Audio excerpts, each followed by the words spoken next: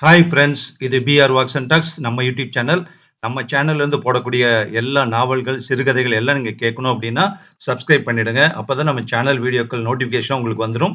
அதை ஓப்பன் பண்ணி அதில் இருக்கக்கூடிய கதைகள் எல்லாமே நீங்கள் கேட்கலாம். நல்ல அருமையான கதைகள், நாவல்கள் கொடுத்துட்ருக்கோம். கண்டிப்பாக உங்களுக்கு பிடிக்கும். அதை கேட்டுட்டு லைக் பண்ணிவிடுங்க. உங்கள் ஃப்ரெண்ட்ஸ் குரூப்புக்கெல்லாம் ஷேர் பண்ணுங்கள். கமெண்ட் பாக்ஸில் உங்கள் கருத்தை பதிவு பண்ணுங்கள். ஓகேவா? ஸோ இந்த வீடியோவில் கேட்கக்கூடிய கதை திருமதி இந்துமதி அவர்கள் எழுதிய நாவல் திசை தேடும் பறவை, ஒரு குடும்ப நாவல். அந்த நாவலுடைய பகுதிகள் இப்போ ஆரம்பிக்குது.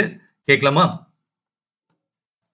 Middle class, below middle class குடும்பங்கள்ல கல்யாணத்தை நிக்கிற ஒரு பொண்ணுக்கு கல்யாணம் பண்றதுங்கிறத ஒரு பெரிய சேலஞ்சிங்கான ஒரு விஷயம்.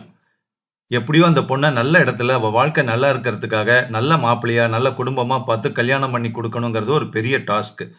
ஆனா அது நிறைய பொண்ணுங்க அதை ஒத்துக்குவாங்க. ஆனா சில பொண்ணுங்க எனக்கு கிடைச்ச வாழ்க்கையை நான் அப்படியெல்லாம் நீங்க பார்த்து தரக்கூடிய மாப்பிள்ளையோ அப்படியே என்னாலாம் கட்டிக்க முடியாது, கல்யாணம் பண்ணிக்க மாட்டேன், எனக்குன்னு ஒரு சில எய்ம் எல்லாம் இருக்கு, ஸோ நான் எதிர்பார்ப்புகள் இருக்கு, அதுபடிதான் நான் இருப்பேன் அப்படிங்கிற மாதிரி சொல்லக்கூடிய சில பொண்ணுங்கள் இருக்கிறப்போ அந்த குடும்பத்துல அந்த கல்யாணம் பண்ணி வைக்கிறதுங்கிறது நடக்காமையே கூட போயிடும் சில குடும்பங்கள்ல. அது மாதிரி ஒரு குடும்பத்தை அடிப்படையா வச்சுதான் இந்துமதி அவர்கள் இந்த நாவல் எழுதியிருக்காங்க, திசை தேடும் பறவை. பகுதி 1, அத்தியாயம் 1. 3வது முறையாக கந்தர் சஷ்டி கவசத்தை மீண்டும் முதலில் இருந்து சொல்ல ஆரம்பித்தாள் காவேரி அம்மாள். முதல் 2 முறைகளும் பாதியிலேயே தடைபட்டு போயிற்று. இடையிடையே ஜோதி இந்த வரணையாவது ஒப்புக்கொள்வாளா என்ற கேள்வியிலும் அதை தொடர்ந்த நினைவோட்டத்திலும் ஸ்லோகம் தடைப்பட்டது. இதுவரை ஜோதிக்காக 5-6 மாப்பிள்ளைகளின் ஜாதகங்கள் வந்தன. பெண் கேட்டு போயிருந்தனர். அவர்கள் வழக்கப்படி பிள்ளை வீட்டுக்காரர்கள் தாங்களாகவே பெண் வீட்டாரை தேடி வர வேண்டுமே தவிர இவர்களாக மாப்பிள்ளை தேடி போக முடியாது. அப்படி போனால் மதிப்பு இருக்காது. 1000 கேள்விகள் எழும். கல்யாணமும் நிச்சயமாகாது. நிச்சயப்படமும் விடமாட்டார்கள். தானாக தேடி 4-5 வரன்கள் வரவும் காவேரி அம்மாள் சந்தோஷப்பட்டு போனாள். மூத்த பொண்ணு கல்யாணிக்கு என் தம்பியையே முடிச்சிட்டேங்க, வீட்டோட வளர்ந்த புள்ள, அவ பிறந்த உடனே நிச்சயிக்கப்பட்ட கல்யாணம், ஒண்ணுக்குள்ள ஒண்ணு நெருங்கின சொந்தமானதால பிரச்சனை எதுவும் ஏற்படல. அதுவும் இல்லாம அப்போ என்னுடைய வீட்டுக்காரர் இருந்தார். குறை எதுவும் இல்லாம நடத்தி வச்சார் அந்த கல்யாணத்தை. இப்ப எல்லாம் என்னோட பெரிய பையன் மணிதாங்க செய்யணும். பாவம், வயசு 28 ஆகல. மொத்த பொறுப்பையும் ஏத்துக்கணும். ஜோதி கல்யாணம் முடிஞ்சதும் அவனுடைய கல்யாணத்தையும் கையோட முடிச்சிடலாம்னு பாக்குறேன். வந்தவர்களில் ஒருத்தி வயதிற்கு வந்த பெண்ணை வைத்துக் கொண்டிருப்பவள் ஆர்வமாக கேட்டாள், ஏங்க, அவரு எங்க வேலை செய்யறாரு? பல்லாவரத்தின் அருகில் இருக்கும் தனியார் கம்பெனி ஒன்றின் பெயரை சொல்லி காவேரி அம்மாள் மேலே தொடர்வாள். அங்கதான் ஃபேக்டரிக்குள்ள வேலை, பெரிய கம்பெனின்னு சொல்லிக்கிறாங்க. உங்க பையன் அதுல என்னவா இருக்காரு? ஃபிட்டரோ ஃபோர்மேனோ என்னவோ சொல்லுவான். அதெல்லாம் யாருக்குங்க ஞாபகம் இருக்கு? எனக்கு சரியா வாயிலேயே நுழையறது இல்ல அந்த வார்த்தை. அது சரி, என்ன சம்பாதிக்கிறாரு அது தெரியுமா உங்களுக்கு? 600 சில்லறை கையில வருது. அப்படியே கொண்டாந்து கவரோட என் கையில தான் கொடுப்பான். அப்புறம் செலவுக்கு என்ன கேட்டுதாங்க வாங்கிட்டு போவான். தங்கமான புள்ள. இந்த காலத்து பிள்ளைங்க மாதிரி ஒரு சிகரெட்டு பீடின்னு எந்த கெட்ட பழக்கமும் கிடையாது. சினிமா கூட போக மாட்டான். என் பசங்க யாருக்குமே எந்த பழக்கமும் கிடையாதுங்க. அவங்க உண்டு வேலை உண்டுன்னு இருப்பாங்க. ஆமா, எத்தனை பசங்க உங்களுக்கு? மூத்தவ கல்யாணி, அவளை தம்பிக்கே கொடுத்திருக்கிறதாக சொன்னனே, அவங்க திருவள்ளூர் கிட்ட இருக்காங்க. அவங்களுக்கு ஒரு பொண்ணு ஒரு புள்ள. அடுத்தவன் தான் இப்ப நான் சொல்லிட்டு இருந்த மணி. 3வது ஜோதி, அவளுக்கு தான் நீங்க ஜாதகம் கொண்டு வந்திருக்கீங்க. அவளுக்கு அப்புறம் புஷ்பான்னு 18 வயசுல ஒருத்தி, SSLC முடிச்சிட்டு மேல படிக்க வைக்கிற வசதி இல்லைன்னு வீட்டிலேயே இருக்கா. வேலைக்கு போடினாலும் கேட்க மாட்டேங்கிறா. தையல் எம்ப்ராய்டரின்னு எதுவோ கத்துக்கிறா. அவளுக்கு பின்னாடி சந்திரா, மோகன்னு 2 பேரு ஸ்கூல் படிக்கிறாங்க. இப்போ வீட்டுல நாங்க மொத்தம் 6 பேருங்க. 6 பேருக்கும் உங்க பையன் ஒருத்தரது சம்பாத்தியம் தானா? ஏங்க, ஜோதி சம்பாதிக்கிறாளே, அவ ஒரு 500 ரூபா கொண்டு வருவா. வீடு சொந்த வீடு. அவர் இருக்கிற போதே போர்ஷனா கட்டி வாடகைக்கு விட்டுட்டாரு. அந்த வாடகை பணம் வேற வருது. எத்தனை குடித்தனம் விட்டுருக்கீங்க? 4 குடித்தனக்காரங்க இருக்காங்க. 4 பேரும் நம்ம இடம்தான். அதுலயே வாடகையா 1000 ரூபாய்க்கு வருதுங்களே. அப்படின்னா கஷ்டம் இல்லைன்னு சொல்லுங்க. ஆமா, வீடு உங்க பேர்ல தானே இருக்கு. என் பேர்ல இருந்தாலும் அத்தனை பசங்களுக்கும் சமபாக உண்டுங்க. பொம்பளை பிள்ளைங்களுக்கு கூடவா? ஆமாங்க, இப்போ சட்டம் அப்படிதானுங்களே. ஆம்பளை பிள்ளைங்களுக்கு சமமா பொம்பளை பிள்ளைங்களும் வர்றாங்களே. எங்க ஜோதி பாருங்க, மணிக்கு சமானமா வேலைக்கு போறா, சம்பாதிக்கிறா. அப்படி இருக்கிற போது பொம்பளைன்னு தள்ளி வைக்க முடியுமா? அதெல்லாம் நம்ம காலத்தோட மலை ஏறிடுச்சுங்க.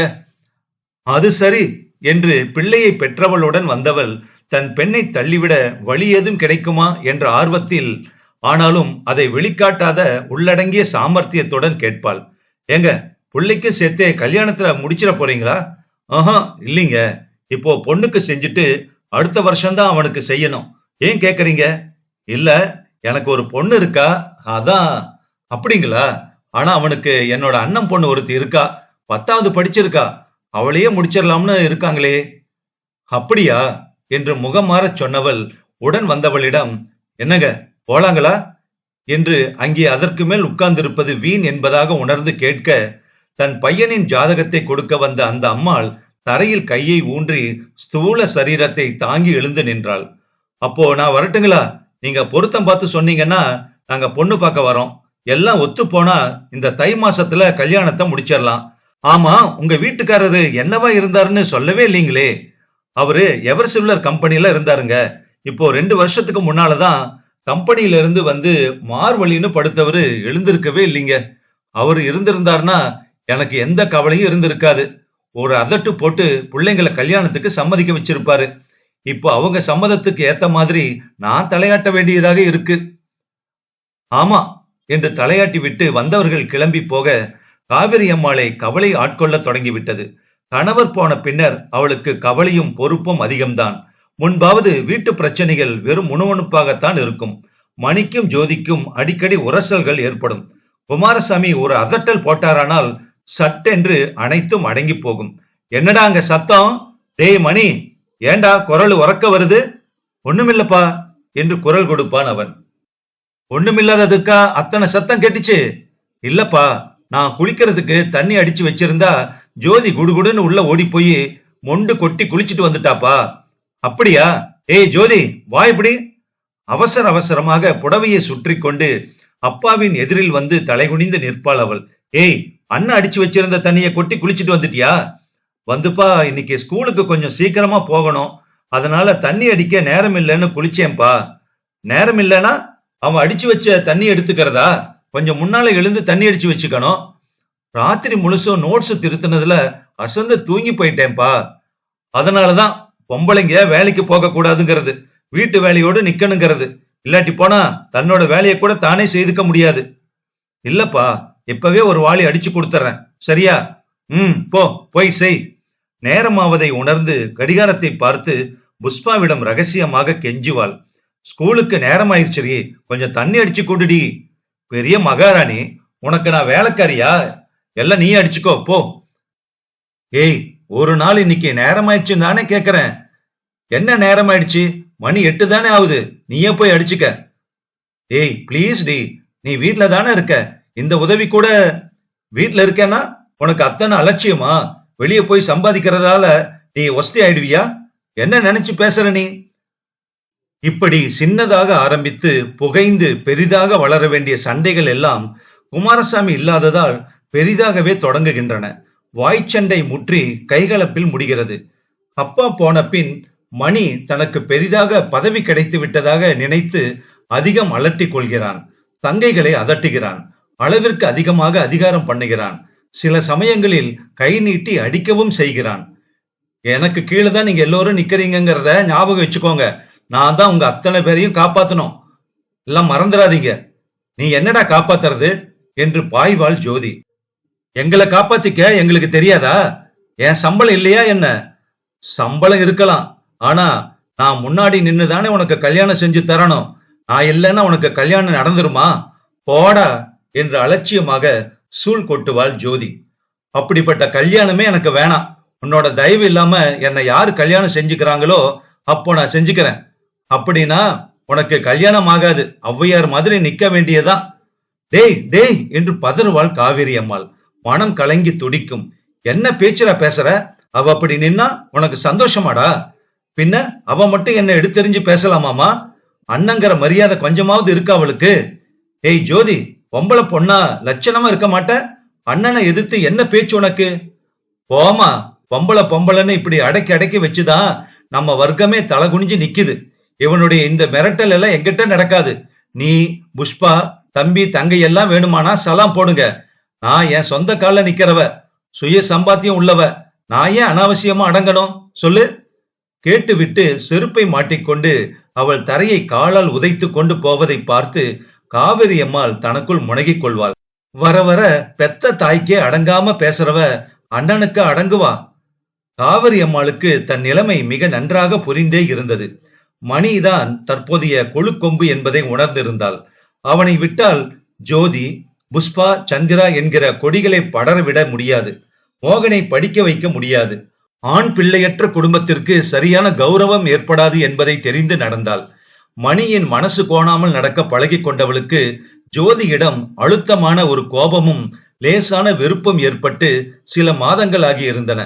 அதேபோல் ஜோதிக்கும் அம்மா மீதிருந்த பிரியமும் நல்ல அபிப்பிராயமும் குறைந்து மணிக்கும் மற்றவர்களுக்கும் தான் எல்லாம் செய்வாள் அம்மா என்கிற எண்ணம் தோன்றி மெல்ல மெல்ல அந்த எண்ணம் அழுத்தமாயிற்று. அத்தியாயம் 2. இந்த நிலைமையிலும் எப்படியும் இந்த வருடம் ஜோதியின் கல்யாணத்தை முடித்துவிட வேண்டும் என்கிற அவசரத்திலும் தூக்கமின்றி தவித்தாள் காவேரி அம்மாள். ஜோதி எவ்வளவு சீக்கிரம் வீட்டை விட்டு போகிறாளோ அவ்வளவு நல்லது என்கிற நினைப்பு காவேரி அம்மாளுக்கு ஏற்பட 2 காரணங்கள் இருந்தன. ஒன்று, இப்போதே 18 வயதாகி ஜோதியை விட உயரமாகவும் பெரிய மனுஷி தோற்றத்திலும் நிற்கிற புஷ்பாவிற்கு அடுத்து கல்யாணம் பண்ணிவிட வேண்டும். இரண்டாவதாக, எலியும் பூனையுமாக மணிக்கும் ஜோதிக்கும் நடக்கிற சண்டைகள் நாளுக்கு நாள் அதிகமாகி ரசாபாசமாகின்றன. அண்ணனிடம் வாயாடாதே என்றால் இவளுக்கு கோபம் புறுபுறுவென்று வருகிறது. அம்மாவிடம் பாய்கிறாள். பின்னர் இவர்கள் 2 பேருக்கும் வார்த்தை தடிக்கிறது. வீடே அழுகையில் முடிகிறது. ஜோதி நகர்ந்தால் அத்தனை சண்டைகளும் கூடவே நகரும் என்பதால் காவேரி அம்மாள் இந்த கல்யாணத்தில் அக்கறை காட்டினாள். ஏற்கனவே 2-3 வரன்களை அலட்சியப்படுத்தி ஒதுக்கிவிட்டாள் அவள். ஏமா, நான் ஸ்கூல் டீச்சரா இருக்கிறதால இவளுக்கு மேட்சாக இருக்கட்டும்னு அதே மாதிரி SSLC படிச்சு ட்ரைனிங் எடுத்த இன்னொரு ஸ்கூல் மாஸ்டரியா பாத்துட்டியா? 2 பேரும் கல்யாணம் செஞ்சுக்கிட்டு குடும்பம் நடத்துறதுக்கு பதிலா ஒரு கிண்டர் கார்டன் ஸ்கூல் வச்சு நடத்துறோம் என்ன என்று சுல் என்று எரிந்து விழுந்தாள் ஜோதி. காவிரி அம்மாள் அவளது கோபத்தை கண்டு பயந்து மெலிதான குரலில் சொன்னாள், ஸ்கூல் வாத்தியாரா இருந்தா உனக்கு சௌகரியமா இருக்கும்னு தான் அப்படின்னு மணி சொல்லிட்டானா? உடனே உனக்கு வேத வாக்காகப்பட்டு இருக்குமே. இத பாரு, உனக்கு வேணாம்னா விடு. அனாவசியமா அண்ணனைய வம்புக்கு இழுக்கிற. ஏமா, இந்த மாதிரி அவன் என்னுடைய வம்புக்கு வர்றப்போ கேக்குறியா நீ? எல்லோரையும் நான் கேட்டுக்கிட்டு தாண்டி இருக்கேன். கேப்பியே, நல்லா கேப்ப. கேட்க, திட்ட, சபிக்க எல்லாத்துக்கும் உனக்கு நான் தானே கிடைச்சேன். நான் உனக்கு சுண்ணாம்பு தானே. மணி, புஷ்பா, சந்திரா, மோகன் எல்லோருமே வெண்ண. ஏன் பெரியக்கா கூட தேவலாம். சரி, இப்போ நான் கேட்டதுக்கு பதில் சொல்லு. நாளைக்கு அவங்க வருவாங்களே, நான் என்ன பதில் சொல்ல? எதையாவது சொல்லி திருப்பி அனுப்புமா? திருப்பி அனுப்புறதா? ஏண்டி, உனக்கு பிடிக்கலையா? இல்ல இல்ல இல்ல. அதான் ஏன்னு கேக்குறேன். இந்த மாதிரி ஸ்கூல் வாத்தியாரு, ட்ரில் மாஸ்டர், டிராயிங் மாஸ்டர்னு பார்த்தா நான் கட்டிக்க மாட்டேமா. பின்ன எப்படி இருந்தா கட்டிப்ப? என்னை விட அதிகம் படிச்சிருக்கணும், நல்ல உத்தியோகத்துல இருக்கணும், எனக்கு மேல சம்பாதிக்கணும், அவ்வளவுதாமா. சரியா? ஐயோ, அப்படியெல்லாம் பார்த்தா எப்படிடி? எப்படின்னா, வேணுங்கிற மாதிரி தேடி தந்தா செஞ்சுக்கிறேன், இல்லாட்டி போனா இப்படியே இருக்கேன் போ. அவள் சொன்னது மாதிரி செய்து காட்டிவிட போகிறாளே என்ற பயத்தில் காவிரி அம்மாள் இன்னும் தீவிரமாக வரன் வருமா என்று காத்திருந்த போது இந்த வரன் வந்தது. அந்த அம்மாள் வீட்டினுள் நுழைந்த வினாடியே காவிரி அம்மாள் கேட்ட கேள்வி இதுதான். ஏங்க, புள்ள என்ன படிச்சிருக்காரு? அதிகம் ஒண்ணும் இல்லைங்க, PUC பாஸ் பண்ணிட்டு அப்பா கூட வியாபாரத்தை கவனிச்சுக்கிறான். என்ன வியாபாரங்க? இரும்பு கடை வச்சிருக்காங்க. இரும்பு கடையா என்று காவிரி அம்மாள் இழுத்தவாறே நிமிர்ந்ததும் அந்த அம்மாள் பரபரவென்று பேசத் தொடங்கினாள். இரும்பு கடையானா என்னங்க? வியாபாரம் என்னமா ஆகுது? மாசம் கையில 1000 கணக்குல நிக்குது. சொந்தமா சிந்தாதிரிப்பேட்டையில வீடு, போக வர காரு எல்லாம் இருக்குதுங்களே. இருக்கலாம், எல்லாம் இருக்கலாம். ஆனா ஜோதி சம்மதிக்கணுமே. அந்த அம்மாளிடம் அவள் அதை சொல்லவில்லை. ஆனால் இப்போது நினைத்து கொண்டாள். இந்த வரணையாவது ஜோதி ஏற்றுக்கொள்ள வேண்டும் என்று நினைத்த போது சட்டென்று அவள் நிராகரித்த அத்தனை வரன்களும் நினைவிற்கு வர சொல்லிக் கொண்டிருந்த கந்த சஷ்டி கவசம் தடுமாறிற்று. நினைவுகள் அலைக்கழிய அதற்கு மேல் தொடருகிற சக்தியற்றவளாக சுலோகத்தை நிறுத்தினாள். இப்படியெல்லாம் கை புளிக்கரைப்பிலும், கண் கேஸ் அடுப்பில் வைத்த பாலிலும், மனசு ஜோதியின் கல்யாணத்திலுமாக வெறும் உதடு மட்டும் முருகனை காக்க அழைத்து என்ன பயன் என்று தோன்றிற்று அவளுக்கு. தனியாய் பூஜை அறையில் உட்கார வேண்டும். கைகள் இரண்டையும் கூப்பி மனசு லயிக்க லயிக்க ஸ்தோத்திரம் சொல்ல வேண்டும். கண்களை மூடி முருகனை பார்வைக்குள் சிறைப்படுத்த வேண்டும். பெருமூச்சு ஒன்று வெளிப்பட்டது அவளிடமிருந்து. இதற்கெல்லாம் தனக்கு நேரம் எங்கிருந்து கிடைக்கப் போகிறது என்ற ஏக்கம் தோன்றியது. காலை 5 மணிக்கு அலாரம் வைத்து எழுந்தால் பகல் 2 மணி வரை ஓய்வு இருக்காது. 2 மணி சாப்பாட்டிற்கு பின்னர் சிறிது படுத்து எழுந்தால் இரவு 10 மணி வரை வேலை இருக்கும். இத்தனைக்கும் புஷ்பா பாதி வேலைகளை கவனித்துக் கொண்டு விடுகிறாள். வெளிவேலை முழுவதையும் அவள்தான் பார்க்கிறாள். வீடு பெருக்கி, துணி துவைத்து, பாத்திரம் துலக்கி, மாவாட்டி இத்தனையும் சேர்த்து செய்வதனால் ராத்திரி எல்லாம் ஓய்வு இருக்காது. இதன் நடுவில் பூஜைக்கு எங்கே உட்கார முடிய போகிறது? வேலைகளுக்கு இடையில் இப்படி முணுமுணுப்பாக விநாயகர் அகவலோ சஷ்டி கவசமோ சொன்னால்தான் உண்டு. அதிலும் இது போல் ஜோதியின் கல்யாண கவலையோ, அடுத்து புஷ்பா நிற்கிறாளே என்கிற வருத்தமோ குறுக்கிட்டால் தடை ஏற்பட்டு விடுகிறது. மேலே சொல்ல இயலாத வகையில் நாக்கு தடுமாறுகிறது. மனம் லயிக்காமல் தப்பு தப்பாக சொல்வதை விட பேசாமல் இருப்பதே நல்லது. ஸ்லோகத்தை நிறுத்தி அடுப்பில் பாலை ஏற்றிவிட்டு திரும்பிய போது புஷ்பா பல் துளக்கி தாவணி தலைப்பால் முகத்தை துடைத்துக் கொண்டே சமையல் அறைக்குள் நுழைந்தாள். அவளை பார்த்த காவிரி அம்மாள் சலிப்பு இழையோடிய குரலில் கேட்டாள், ஏண்டி உங்க அக்கா எழுந்திருக்கல? இன்னும் இல்லம்மா, ஸ்கூலுக்கு நேரமாகலையா அவளுக்கு? அது அவளுக்கு இல்ல இருக்கணும். எழுப்புடி, அப்புறம் அதுக்கும் கத்த போறா. போமா, எதுக்குதான் கத்தல் அவ? இதுக்கு போய் நீ ஏன் கவலைப்படுற? ஸ்கூலுக்கு நேரம் ஆயிடுச்சுன்னா அவ பதில் சொல்லிக்கிறா. அதுக்கு இல்லடி, அவளும் எழுந்தா ஒன்னா காஃபி கலக்கலாம்னு பார்த்தேன். தனித்தனியா எத்தனை பேருக்கு கலக்கிறது? அதுவும் இல்லாம நேத்து அந்த அம்மாள் ஜாதகம் கொண்டு வந்து தந்த விஷயத்த சொல்லலாம்னு பாக்குறேன். புஷ்பா அம்மாவை பரிதாபமாக பார்த்தாள். மனதிற்குள் எல்லையற்ற இரக்கம் தோன்றியது அம்மாவின் மீது. வேண்டுமென்றே ஜோதி அம்மாவை அழைக்கழிப்பதாக பட்டது அவளுக்கு. பெரிய மகாராணி, எங்கிருந்து இவளுக்கு ஒரு மகாராஜா குதிரையில வந்து குதிக்க போறான். ஏதோ நிலைமையையும் தகுதியையும் உணர்ந்து அம்மா சொல்ற இடத்துல கல்யாணம் பண்ணிக்கிட்டு போகாம இது என்ன பிடிவாதம்? அடங்கா பிடாரி. அவ கேட்கிற இடம் மாதிரி பார்த்தா செய்து கொடுக்கிற வசதி வேண்டாமா நமக்கு? 20-25 சவர நகை கேட்டா எப்படி போடுறது? ஸ்கூட்டர், மோட்டார் சைக்கிள் என்று வாங்கித்தர சொன்னால் அதற்கெல்லாம் அம்மா எங்கே போவாள்? மணி செய்ய மாட்டானே, அவனது பணத்தில் இருந்து பைசா எடுக்க கூட அழுவானே. அப்பா பணமானாலும் செலவழிக்க விட மாட்டானே அவன். பணம் இல்லாமல் பெரிய இடம் எங்கிருந்து கிடைக்கும்? இப்படியே போனால் எந்த வயதில் இவளுக்கு கல்யாணம் ஆவது? மணி வேறு கல்யாணத்திற்கு காத்து கொண்டு நிற்கிறான். பெரிய மாமா வீட்டுக்கு நடையாக நடக்கிறார். தன் பெண்ணின் கல்யாணத்திற்கு அவசரப்படுகிறார் அவர். 10வது படிக்கிற பெண்ணிற்கு இப்போதே கல்யாணம் வேண்டுமா? என்ன காவேரி, கோமதிக்கு வயசு ஏறிக்கிட்டே போகுதுன்னு அவ அம்மா கவலைப்படுறா. உன் பொண்ணுக்கு கல்யாணம் ஆனாதான் இவங்க கல்யாணம் நடக்கணும்னு பாத்தியானா 60ஆம் கல்யாணம் தான் நடக்கும். இல்லன்னு இதோ இந்த தை மாசத்துல எப்படியும் முடிச்சிடலாம்னு தீர்மானமா இருக்கேன். இதையே நீயும் சொல்லிக்கிட்டு இருக்க. நீ தீர்மானமாக இருந்தா மட்டும் போதுமா? சரி, பொறுத்தத பொறுத்த, இன்னும் 2 மாசம் பொறுத்துக்கிறேன். அப்படியும் உன்னோட பொண்ணுக்கு எதுவும் நிச்சயமாகாட்டி நான் சும்மா இருக்க மாட்டேன் பாத்துக்க. பையனை அழைச்சிட்டு போய் திருப்பதியில தாலி கட்ட சொல்லி அழைச்சிட்டு வந்துருவேன். சரிண்ணா என்று மெல்ல தலையாட்டினாள் அம்மா. அதெல்லாம் நினைவிற்கு வந்து இவளை மேலும் சங்கடப்படுத்தின. தான் இதுபோல் அம்மாவை கஷ்டப்படுத்தக் கூடாது என்ற முடிவில் மெதுவாக அம்மாவின் அருகில் போய் அவளை தன்னோடு சேர்த்து அணைத்துக் கொண்டாள். மெல்ல குனிந்து அம்மாவின் காதருகில் போய் நிதானமாக சொன்னாள், ஏமா, இந்த ஜோதிக்கு மத்தவங்க கஷ்டமே புரிய மாட்டேங்குது. ஏன், தன்னுடைய சுகமே பெருசுன்னு இருக்கா இல்ல? காவேரி அம்மாள் பதில் சொல்லாமல் மௌனமாக கண்கலங்கி நிற்க புஷ்பா அவள் முகத்தை உயர்த்தி கண்ணீரை துடைத்தாள். அம்மா, நீ அழாதேம்மா, நான் உன்னை இப்படியெல்லாம் கஷ்டப்படுத்த மாட்டேன். நீ யார கல்யாணம் பண்ணிக்க சொல்றியோ அவனை சந்தோஷமா பண்ணிப்பேன். கூன், குருடு, நொண்டி, மொடம் யாரானாலும் பரவாயில்லம்மா. அவள் சொல்லி முடித்ததும் அவளை இழுத்து சரேல் என்று அணைத்து இறுக்கிக் கொண்டாள் காவேரி அம்மாள். மனதிற்குள் பொங்கி பொங்கி வந்தது அவளுக்கு. இது போதுமா எனக்கு? இந்த வார்த்தைங்களே என்னை ரொம்ப ரொம்ப சந்தோஷப்படுத்துது. காஃபி ஆறுது, எடுத்துக்கம்மா. கூடத்தில் ஜோதி தூக்கத்தில் இருந்து விழித்து எழுந்து கொள்வதை பார்த்து அவசர அவசரமாக கண்களை துடைத்துக் கொண்டு மீண்டும் காஃபி கலக்க முனைந்தாள் அந்த அம்மாள். அத்தியாயம் 3. காஃபி கலந்து அளவாக சர்க்கரை இட்டு அதை ஆற்றி ஜோதியின் முன் வைத்துவிட்டு தயங்கி நின்றாள் காவேரி அம்மாள்.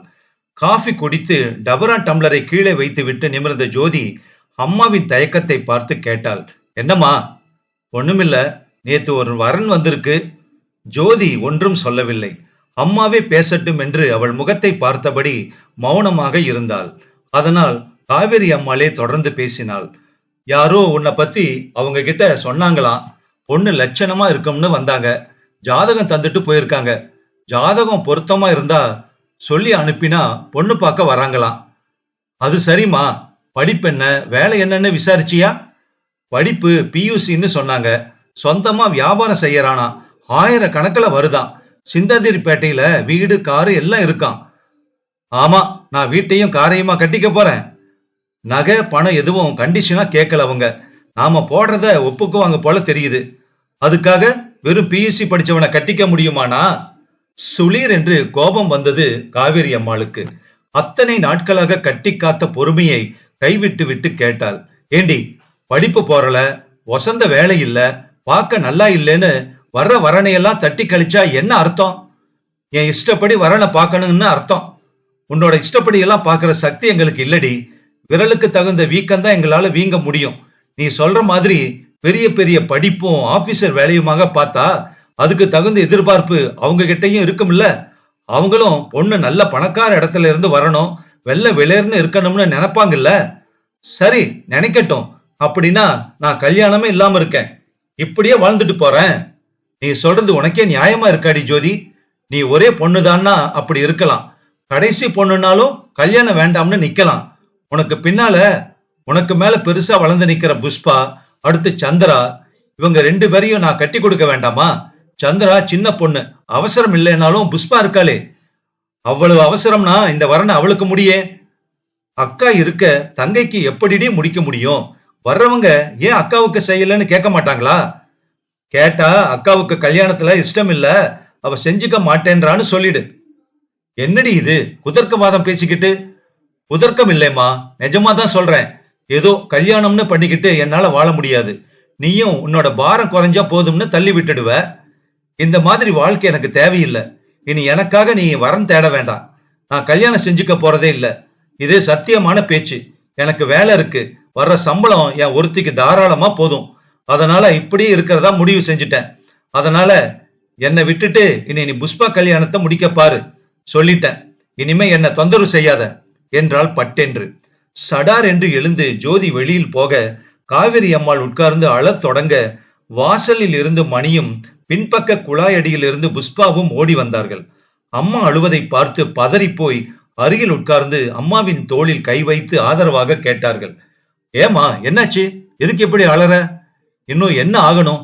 பாரா மணி, ஜோதி கல்யாணம் செஞ்சுக்க போறது இல்லையா, இப்படியே இருக்க போறாளா? வேணும்னா மணிக்கும் புஷ்பாவுக்கும் கல்யாணம் செஞ்சுக்கன்னு பிடிவாதமா சொல்லிட்டு போறாடா. அதுக்கா இப்படி அழற? ஐயோ அம்மா, அதெல்லாம் சும்மா பேசுற பேச்சு.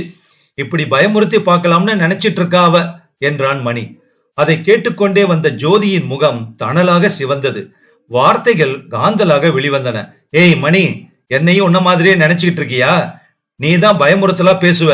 உன்னை விட்டா எங்களுக்கெல்லாம் கதியே கிடையாதுன்னு சொல்லுவ. நான் அப்படியெல்லாம் பேசுறவ இல்ல. மனசுக்கு பட்டத பளிச்சுன்னு சொல்றவ. திரும்பவும் உங்ககிட்டையும் சொல்றேன், எனக்கு கல்யாணம் வேண்டாம். நான் கல்யாணம் பண்ணிக்க போறதே இல்ல. எனக்காக யாரும் காத்துக்கிட்டு இருக்க வேண்டாம். தங்கள் கல்யாணத்தை தள்ளி போடவும் வேண்டாம். அப்புறம் என் மீது பழி போடவும் கூடாது. நீ புஷ்பா 2 பேரும் தாராளமாக பண்ணிக்கலாம். நாளைக்கே வேணும்னாலும் பண்ணிக்கங்க. நான் யாருக்கும் எதற்கும் குறுக்க நிக்கல. புரியுதா? இனிமே என்ன தொந்தரவு செய்யாதீங்க. எனக்கு மாப்பிள்ள பாக்குற வேலையை வச்சுக்காதீங்க, சொல்லிட்டேன். இனிமே என்னோட வம்புக்கு வராம இருந்தா போதும். புரியுதா?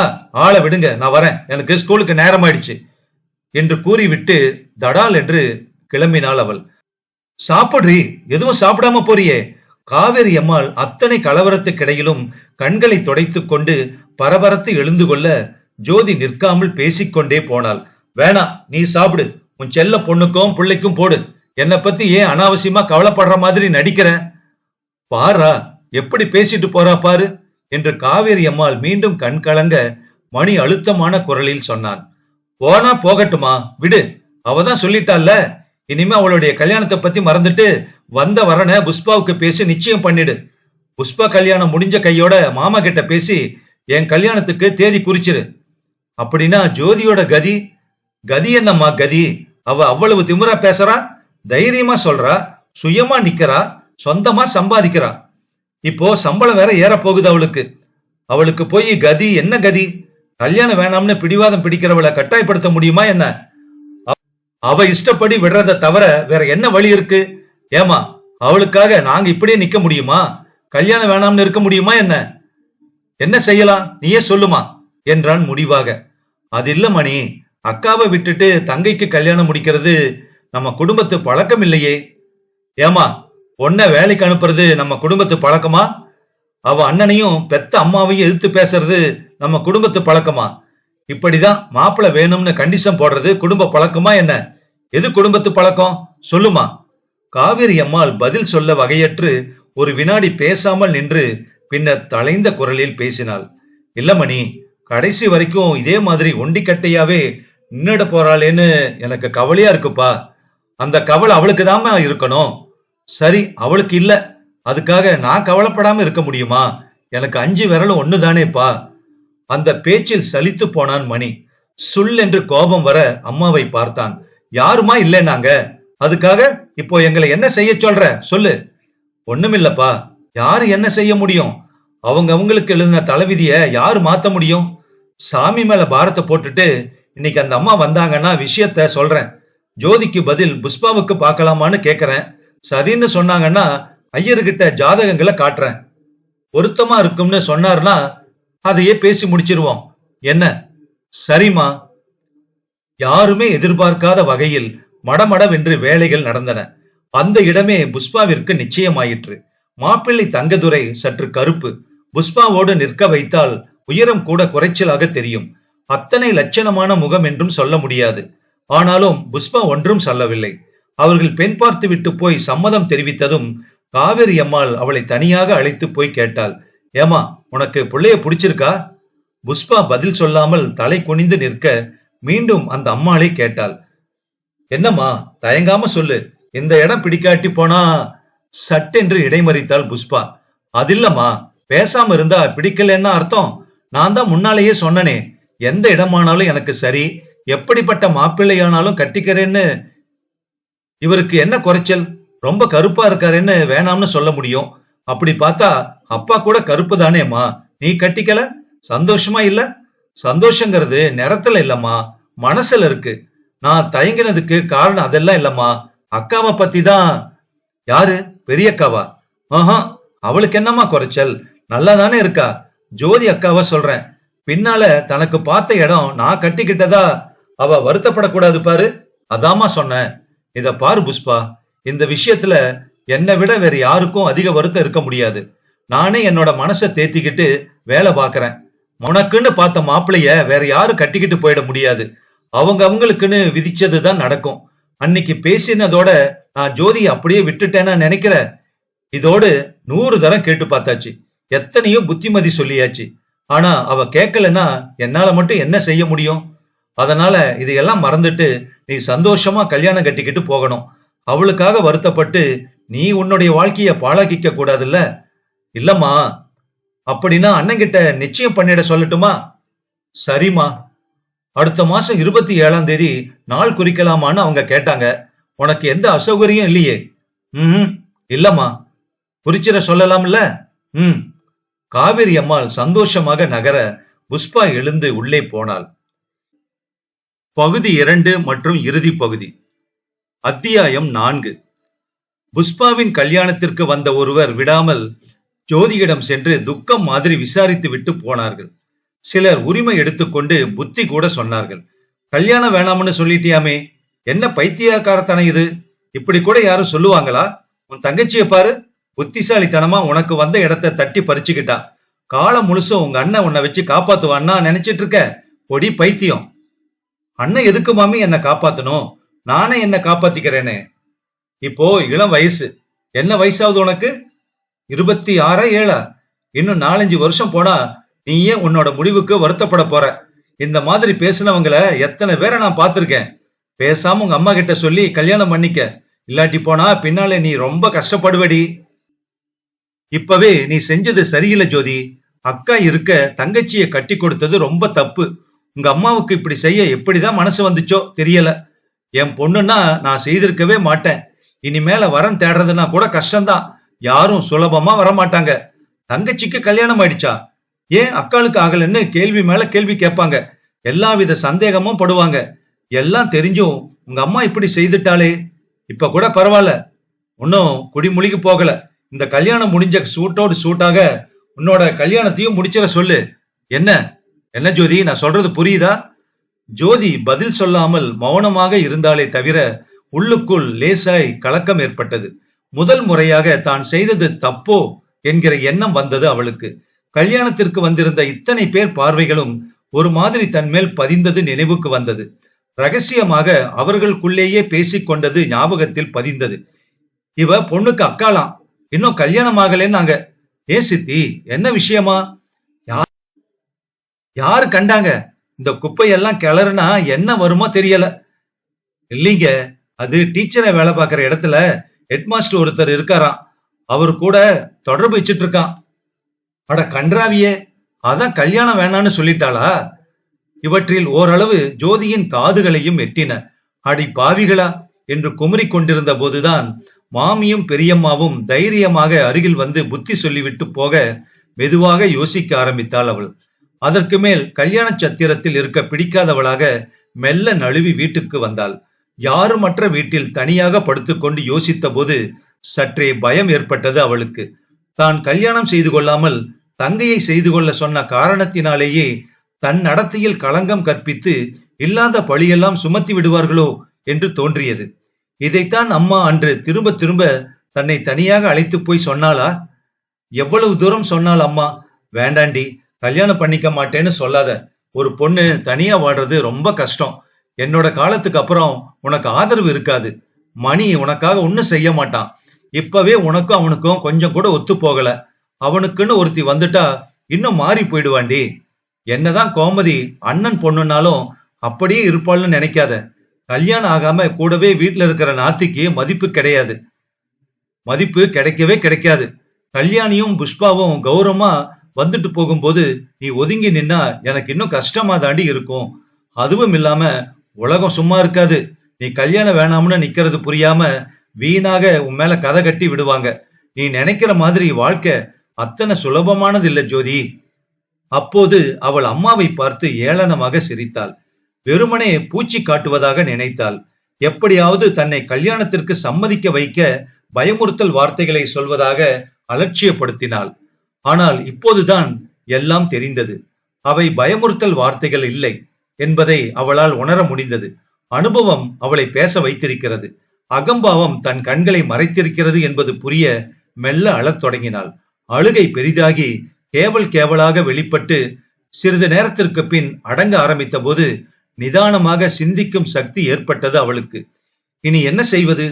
கல்யாணம் வேண்டாம் என்று இத்தனை பிடிவாதமாக பேசி அலட்சியப்படுத்திய பின் எப்படி போய் மீண்டும் கல்யாண பேச்சை எடுக்க முடியும்? எந்த முகத்தோடு கேட்க முடியும்? அதைவிட கொஞ்ச நாட்கள் பேசாமல் இருந்து பின்னர் அந்த பேச்சை எடுத்தால் என்ன? அதுதான் சரி என்று தோன்றியது ஜோதிக்கு.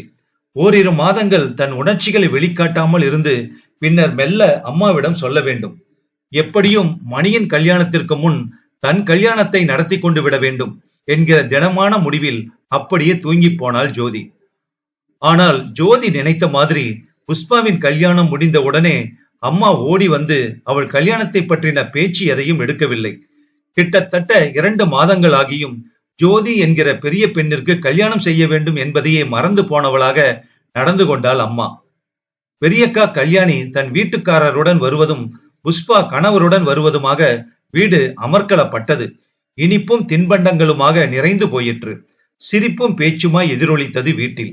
பள்ளிக்கூடம் முடிந்து நோட்டு புத்தகங்களை திருத்தி வைத்துவிட்டு களைப்பும் வெறுப்புமாக வீட்டுக்குள் நுழைகிற போது எல்லோருமாக கூடத்தில் உட்கார்ந்து பேசிக் கொண்டிருப்பார்கள். சில சமயம் அந்த கூட்டத்தில் மணியை கல்யாணம் பண்ணிக்கொள்ள போகிற பெரிய மாமாவின் பெண் கோமதியும் இருப்பாள். இப்போதே அவளை தங்களில் ஒருத்தியாக அங்கீகரித்து விட்ட திருப்தியும் சந்தோஷமும் அவர்களின் முகங்களில் தெரியும். ஆனால் ஜோதி உள்ளே நுழைவதை பார்த்த உடனேயே சட்டென்று பேச்சும் சிரிப்பும் மறையும். இந்த சந்தோஷங்களில் உனக்கு எந்தவித சம்பந்தமும் இல்லை என்கிற மாதிரி அவர்கள் நடந்து கொள்வார்கள். முதலில் காஃபி கலக்கிற சாக்கில் காவேரி அம்மாள் எழுந்ததும் கூடவே ஒவ்வொருவராக கலைந்து போவார்கள். ஒப்புக்கு கல்யாணியும் புஷ்பாவும் மட்டும் வாஜோதி என்று கூப்பிடுவார்கள். மெலிதாய் தயங்கியபடியே ஒரு புன்னகை வெளிவரும். பின் மெல்ல எழுந்து நகர்ந்து விடுவார்கள். இது கல்யாணமானவர்கள் கூட்டம், இதில் உனக்கு இடமில்லை என்பதாக அவர்களின் செய்கை வெளிப்படும். கோமதியும் கல்யாணமாகாதவள் தானே என்று நினைத்தால் அவளுக்குத்தான் எப்போதோ நிச்சயப்படுத்தியாகிவிட்டதே. இன்னும் 2-3 மாதங்கள் போனால் அவள் மணியின் மனைவி என்றுதான் பதில் வரும் என்பது இவளுக்கு தெரியும். அவள் மணியின் மனைவியாகி வீட்டுக்குள் நுழைவதற்கு முன் தான் ஒரு மனைவியாக வீட்டை விட்டு வெளியேறிவிட வேண்டும் என்கிற எண்ணம் உறுதிப்பட அதற்கு மேலும் தாமதிக்க கூடாது என்பதால் அன்று அம்மாவிடம் பேசிவிடுகிற முடிவுடன் அவள் வீட்டுக்குள் நுழைந்த போது கூடத்தில் மாக்கோலம் போடப்பட்டு விரிக்கப்பட்டிருந்த பாய்களிலும் ஜமக்காலத்திலும் நிறைய பேர்கள் உட்கார்ந்திருந்தனர். ஐயர் ஒருவர் எதையோ எழுதி கொண்டிருக்க எதிரில் பெரிய கரையிட்ட பட்டு புடவையில் மாமியும் ஜரிகை வேஷ்டியில் மாமாவும் நாற்காலிகளில் அமர்ந்திருந்தனர். சற்று தள்ளி தலை நிறைய பூவும் நகைகளுமாக கோமதி, அருகிலேயே மாப்பிள்ளை தோற்றத்தில் மணி இருவரும் இருந்தனர். பெரியக்காவும் புஷ்பாவும் அவர்களின் கணவரும் ஓடி ஓடி வந்தவர்களை விசாரிக்க ஒரு வினாடி ஜோதிக்கு ஒன்றும் புரியவில்லை. வீட்டில் என்ன விசேஷம் என்று தெரியாமல் தடுமாறினாள். காலையில் பள்ளிக்கு புறப்படுகிற போது கூட அம்மா ஒன்றும் சொல்லவில்லையே என்கிற எண்ணத்தில் நடையில் செருப்பை கலற்றிவிட்டு உள்ளே நுழைந்ததும் மாமா மட்டும் அவளை பார்த்து வாமா என்றார். மாமி வெறுமனே புன்னகை செய்தாள். ஒரு தட்டு நிறைய காஃபி டம்ளர்களை ஏந்தி கொண்டு வந்த புஷ்பா ஒரு டம்ளரை எடுத்து ஜோதியிடம் நீட்டி காஃபி சாப்பிடு என்ன ஜோதி என்று சிரிக்க மறுக்க முடியாமல் இவள் டம்ளரை வாங்கி கொண்டாள். என்ன நடக்கிறது இங்கே என்ற நெருடல் குறையாமல் வேண்டா வெறுப்பாக காஃபி குடித்து முடித்த சமயம் அவளுக்கு பதில் சொல்கிறவராக ஐயர் தான் எழுதியிருந்ததை படிக்க தொடங்கினார். லக்ன பத்திரிகையை படிக்கிறேன், கேட்கிறேளா? அவர் படிக்க படிக்க மணிக்கும் கோமதிக்கும் கல்யாணத்திற்கு நாள் குறித்திருப்பதாக தெரிய வந்தது. அது நிச்சய தாம்பூலம் என்பதும் அம்மாவும் மாமாவும் தாம்பூலம் மாற்றிக்கொள்கிறார்கள் என்பதும் புரிய வந்தது. கல்யாணத்திற்கு இன்னும் எண்ணி 30 நாட்கள், ஒரே மாதம்தான் இருக்கிறது என்கிற உண்மை சட்டென்று பிடிபட எல்லோரும் சேர்ந்து வேண்டுமென்றே தன்னை பழி வாங்குவதாகவும் அலட்சியப்படுத்துவதாகவும் ஒதுக்கி தள்ளுவதாகவும் உணர்ந்து மிகப்பெரிய ஏமாற்றத்தில் துக்கம் நெஞ்சை பந்தாக அடைக்க அதை மிகுந்த பிரயாசையுடன் அடக்கிக் கொள்ள முயன்றாள் ஜோதி. அத்தியாயம் 5. இன்னும் ஒரே மாதத்தில் கல்யாணம் என்பதால் கல்யாணியும் அவள் கணவனும் குழந்தைகளும் அங்கேயே தங்கிவிட்டார்கள். புஷ்பாவும் 2 நாட்களுக்கு ஒரு முறை தன் வீட்டிற்கு போய் எட்டி பார்த்துவிட்டு திரும்பினாள். அவளது கணவன் தினமும் மாலை நேரத்தில் வந்து அவளை எங்காவது வெளியில் அழைத்து கொண்டு போனான். வெளிர் நீல ஃபியட் காரில் அவன் வந்து இறங்குவதால் மதிப்பு அதிகமாக இருந்தது. ஓடி ஓடி விசாரித்தார்கள். ஸ்பெஷல் காஃபி கலந்து தந்தார்கள். இன்னைக்கு நீங்க இங்கதான் சாப்பாடு சாப்பிட்டுட்டு போகணும் என்று கெஞ்சினார்கள். இவற்றையெல்லாம் பார்க்கிற போது ஜோதிக்கு நெஞ்சை அடைத்தது. இது தனக்கு வர வேண்டியது, தான் விட்டு கொடுத்தது என்று தோன்றி கண்களை கலங்க வைத்தது. தன்னை விட்டுவிட்டு அத்தனை பேரும் ஒன்றாக சேர்ந்து கொள்வது தெரிய வந்தது அவளுக்கு. எல்லோரும் போய் புடவை எடுத்தார்கள், நகை ஆர்டர் பண்ணினார்கள். எவர் சில்வர் கடைக்குள் நுழைந்து வெளிவந்தார்கள். எதற்கும் இவளை கூப்பிடவில்லை, இவளை பொருட்படுத்தவில்லை. வாங்கி கொண்டு வந்தவைகளை ஒருத்தி காட்டுகிற போது இன்னொருத்தி சொல்வாள், ஜோதிக்கு இதெல்லாம் என்ன தெரியும், அவகிட்ட அபிப்பிராயம் கேட்டா என்ன சொல்லுவா? அந்த பதிலின் அடி நெஞ்சை பலமாக தாக்கி இவளை சுருளச். கல்யாணமாகாத ஒரே காரணத்தினால் மனுஷியே இல்லை போல் ஒதுக்கி வைக்கப்பட்டிருக்கும் தன் நிலையை உணர்ந்து அதற்கு மேலும் தாங்க முடியாதவளாக எழுந்து அம்மாவிடம் ஓடினாள். உள்ளே மாப்பிள்ளைக்காக தனியாக சமைத்துக் கொண்டிருந்த காவிரி அம்மாள் இவள் வரவை கவனிக்காததால் இவளே சற்று அழுத்தமாக கூப்பிட அவள் திரும்பி பார்த்தாள். என்ன ஜோதி, உங்ககிட்ட கொஞ்சம் பேசணும். பேச இங்க இல்ல, தனியா பேசணும். அப்படின்னா கொஞ்சம் இரு, புஷ்பா வீட்டுக்காரருக்காக கீரை துவட்டல் செஞ்சிருக்கேன், முடிச்சிட்டு வந்துடுறேன். சட்டென்று உடம்பு ரத்தம் முழுவதும் தலைக்கு ஏறின உணர்வில் குரலை உயர்த்தி கத்த ஆரம்பித்தாள் ஜோதி. புஷ்பா வீட்டுக்காரருமாச்சு, மண்ணாங்கட்டியுமாச்சு. நான் போட்ட பிச்சையில வாழறவங்க இப்போ என்ன பார்த்தா அலட்சியம் செய்யறீங்க. நான் விட்டு கொடுக்காட்டி போனா கல்யாணமாகி இருக்குமா அவளுக்கு? இந்த மாதிரி வீட்டுக்காரர் பெருமை அடிச்சுக்க முடியுமா? கார்ல ஏறிக்கிட்டு சினிமா டிராமான்னு சந்தோஷமா ஊர் சுத்த முடியுமா? நான் செஞ்சதை மறந்துட்டு இன்னைக்கு ஜோதியா, அவளுக்கு என்ன தெரியும்னு பேசுறீங்க? பயந்து போன காவிரி அம்மாள் அவளை சமாதானப்படுத்துகிற முயற்சியில் இறங்கினாள். ஏய், அவர் காதல் விழப்போகுது, கத்தாதரி. விழட்டுமே, நல்லா விழட்டும். விழணும்னு தானே நானும் கத்துறேன்.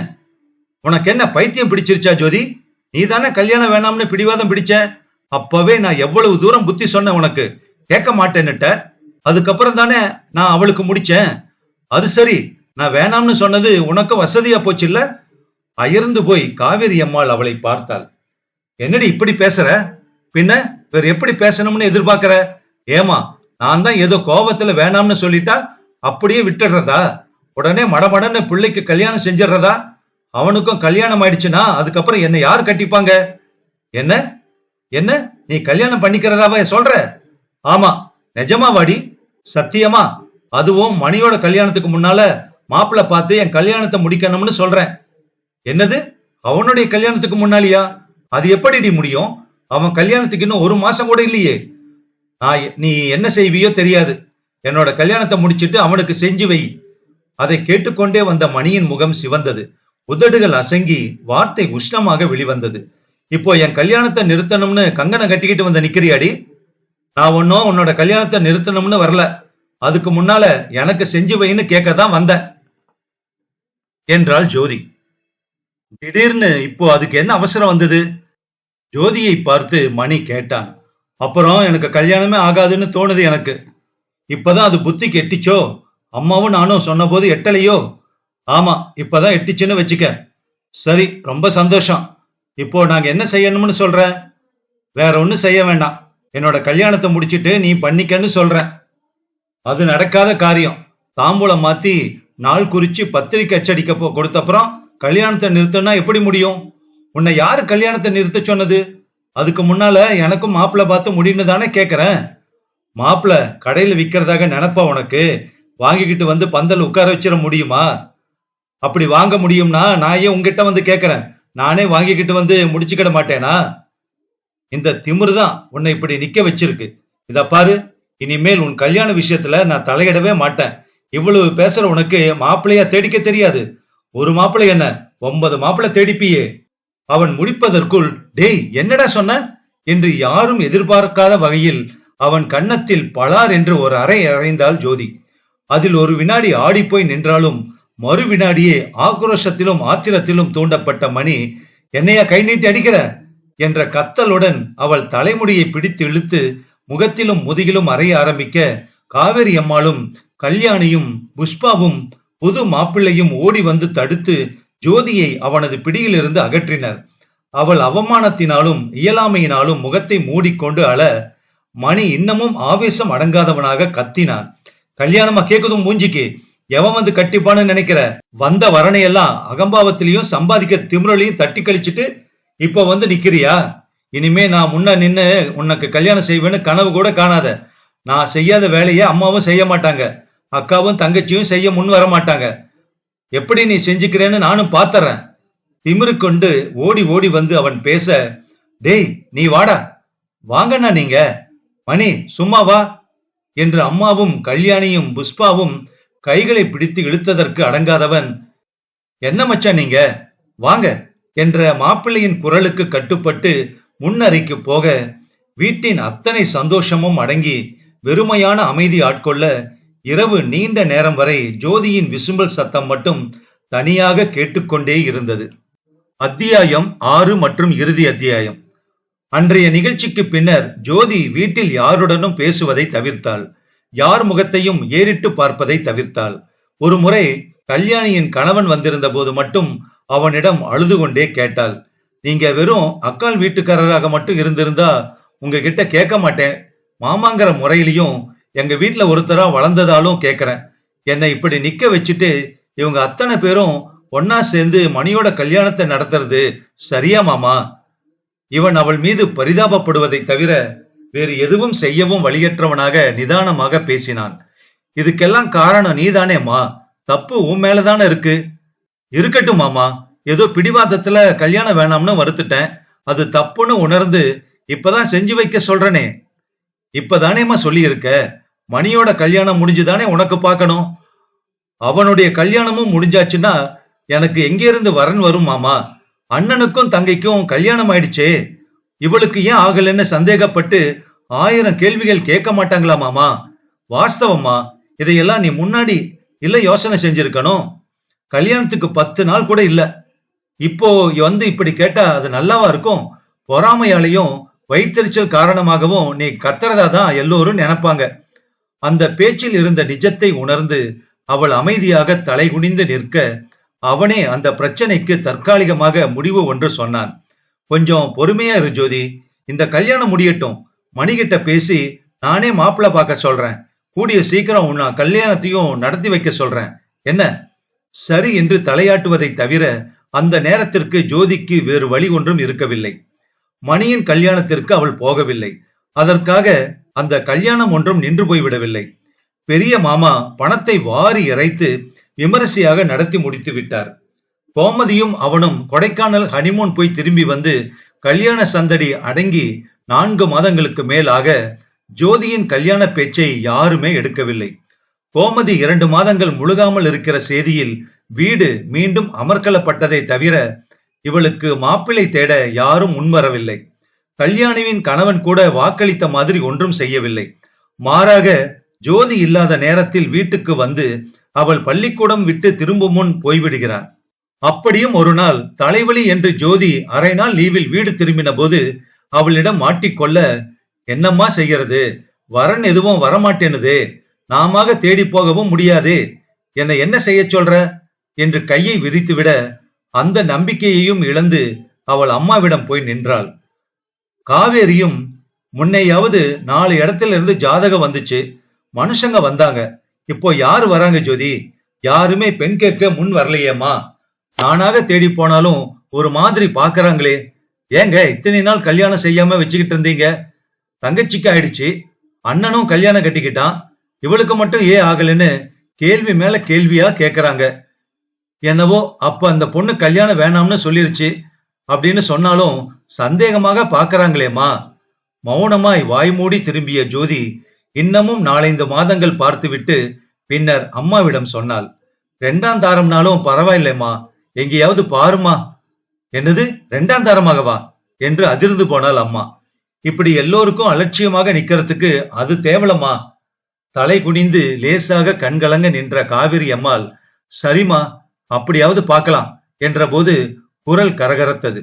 மகளை நிமிர்ந்து பார்க்காமல் பார்க்கின்ற சக்தியற்று சடார் என்று திரும்பி சமையல் அறைக்குள் போக ஜோதி பள்ளிக்கூடத்திற்கு கிளம்பினாள். அம்மாவிடம் 2ஆம் தாரமாக பார்க்க சொல்லியும் 5-6 மாதங்களுக்கு மேல் ஆயின. கோமதி தன் குழந்தைக்கு தொட்டிலிட்டு சரவணன் என்று பெயரிட்டாள். அதற்கு வீடு முழுதும் பெரிய மாமாவின் வீட்டுக்கு கிளம்பி போயிற்று. அடுத்த 10 நாட்களுக்குள் புஷ்பாவிற்கு வழி எடுத்து பக்கத்தில் இருந்த மிஷன் ஆஸ்பத்திரியில் சேர்த்து பெண் குழந்தை பிறந்தது. 7ஆம் நாள் வீட்டுக்கு அழைத்து வந்தார்கள். பெரிய மாமா தன் பேரனுக்கு போட்ட மாதிரி காவேரி அம்மாளும் இந்த பேத்திக்கு கைக்கு தங்க காப்பும் கழுத்திற்கு சங்கிலியும் இடுப்பிற்கு அரைஞானும் செய்து போட வேண்டும் என்று மணியிடம் சண்டை பிடித்தாள். மணி கல்யாணியின் குழந்தைக்கு செய்தது போல காப்பும் அரைஞானும் மட்டுமே செய்து போட்டான். இந்த குழந்தையையும் தொட்டிலில் போட்டு தெருவில் உள்ளவர்களை அழைத்து சந்தியா என்று பெயர் வைத்தார்கள். 5ஆம் மாதம் புஷ்பா கிளம்பி அவளது வீட்டுக்கு போனதும் 7ஆம் மாதம் கோமதி குழந்தையுடன் வந்து சேர காவேரி அம்மாளுக்கு குழந்தையை குளிப்பாட்டவும் புட்டியில் பால் புகட்டவும் டாக்டர் வீட்டுக்கு எடுத்துக்கொண்டு ஓடவும், இதெல்லாம் மற்ற நேரத்தில் புஷ்பாவையும் அந்த குழந்தையையும் போய் பார்த்துவிட்டு வரவும், திருவள்ளூர் போய் 2 நாட்கள் கல்யாணியின் வீட்டில் தங்கிவிட்டு வரவுமே நேரம் சரியாக இருக்க, 2ஆம் தாரமானாலும் மாப்பிள்ளை பார்க்க சொன்ன ஜோதியின் வேண்டுகோளை கவனிக்க நேரம் கிடைக்கவில்லை அம்மாவுக்கு. அது பற்றி அவள் மறந்தே கூட போய்விட்டாள் என்றும் சொல்லலாம். போகிற இடங்களில் யாராவது கேட்டால் மட்டும், என்னங்க செய்யறது, அது காலகாலத்துல ஆகணுங்க, அப்போ அந்த பொண்ணு மூர்க்கமா பிடிவாதம் பிடிச்சு கல்யாணமே வேணாம்னு சொல்லிடுச்சு, இப்போ தேடினாலும் இடம் கிடைக்க மாட்டேங்குது, அதுக்கு என்னங்க செய்ய முடியும், யார் தலையெழுத்த யாரு மாற்ற முடியும் சொல்லுங்க என்று திருப்பி கேட்டு அவர்கள் வாயை அடக்கிவிட்டு திரும்பிக் கொண்டிருந்தாள் அம்மா.